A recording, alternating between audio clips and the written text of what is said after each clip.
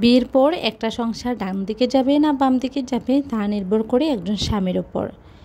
সংসার অবশ্যই স্ত্রীরা গুছিয়ে রাখে, কিন্তু সংসার সুন্দর করে গুছিয়ে দেওয়ার দায়িত্ব কিন্তু একজন পুরুষের।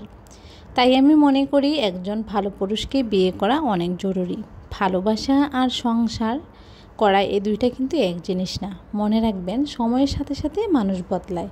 আসসালামু আলাইকুম, কেমন আছেন সবাই? এই তো আমার বাসায় কিছুটা চিড়া ছিল, তো ভাবলাম যে এগুলো রোদে শুকিয়ে রাখি। আর রোদে শুকিয়ে রাখলে কিন্তু চিড়াটা খেতেও ভালো লাগে যখন মচমচা হয়, আর এটা আমার অনেক পছন্দ। আর আজকে আমার বাসায় আমার শাশুড়ির খুবই পছন্দের একজন প্রিয় মানুষ আসবে, তো তার জন্যই রান্নাবান্না করতেছি।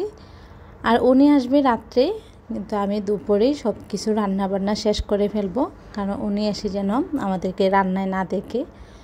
আজকে আমার শাশুড়ির মন খুবই ভালো, মানে একদম বলে বোঝানোর মতো না।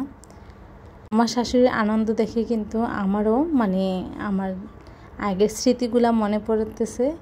সত্যি আমার শাশুড়ি আজকে প্রিয় বান্ধবী আসবে। ওরা নাকি ছোটোবেলায় একসাথে লেখাপড়া করতো আর অনেক দুষ্টামিও করতো। একজনটি ছাড়া নাকি অন্যজন চলতেই পারতো না।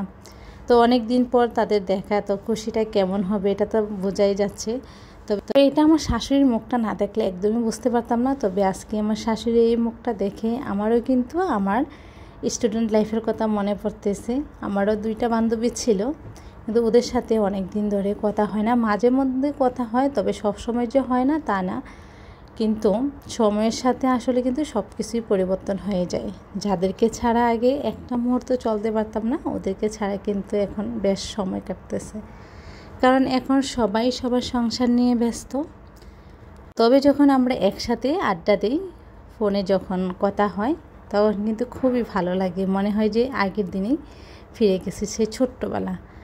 তো এই তো আজকে কিন্তু অনেক কথাই বলে ফেললাম। আর এই তো আমার কিন্তু রান্না এক এক করে হয়ে যাচ্ছে। আর এখানে আমার শাশুড়ি বলছে ওর পছন্দের, আজকে বান্ধবীর পছন্দের সব কিছু রান্না করব।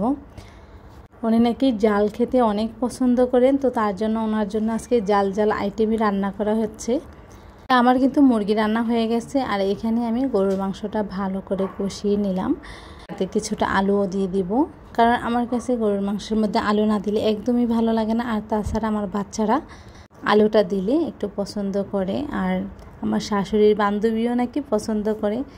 প্রথমেই বললাম যে আমার শাশুড়ির বান্ধবীর আজকে সব পছন্দের আইটেমই রান্না করব। তবে আপনাদের সাথে কিন্তু আজকে সব কিছু শেয়ার করা যাবে না, যেহেতু আমার একা নিজে হাতে সংসারটা সামলাইতে হয়। আর সবগুলো শেয়ার করতে গেলেই কিন্তু অনেকটা সময় লেট হয়ে যায়। তো যতটুকু সম্ভব ওইটুকুই আপনাদের মাঝে শেয়ার করতেছি। আর এখানে পোলাও রান্না করতেছি।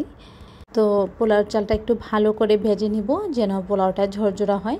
একটা কথা মনে রাখবেন, পোলাওর চালটা যত ভাজা হবে ততই কিন্তু পোলাওটা খেতেও ভালো লাগবে, আর ভাতটা একদম ঝরঝরা হয়। আর সাথে আমি কিছুটা গাজর দিয়ে দিছি।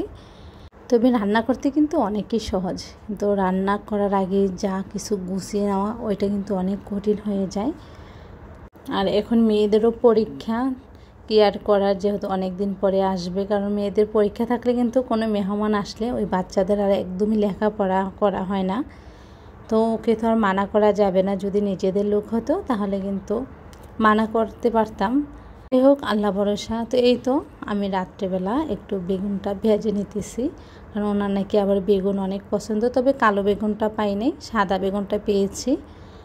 আজকে সাদা বেগুনটাই ভাজি করব।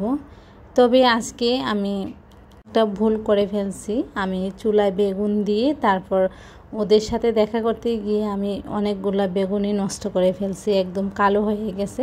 আর প্রথম যেগুলা বাচ্ছি ওইগুলা তাদের সামনে দিতে পারছি, তবে অনেকটাই কমে গেছে বেগুন, কি আর করার। আর এই যে আপনাদের ভাইয়া দুপুরে একটা পেঁপে নিয়ে আসছিল, ওইটা এখন কেটে দিব, কারণ গরমের মধ্যে কিন্তু পেঁপেটা খেতে বেশ ভালোই লাগে। আর পেঁপেটা কিন্তু অনেক মিষ্টি ছিল।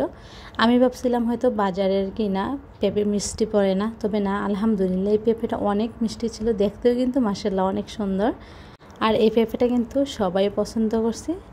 তো আজকে কথা বলতে বলতে এখানে বিদায় নিতেছি।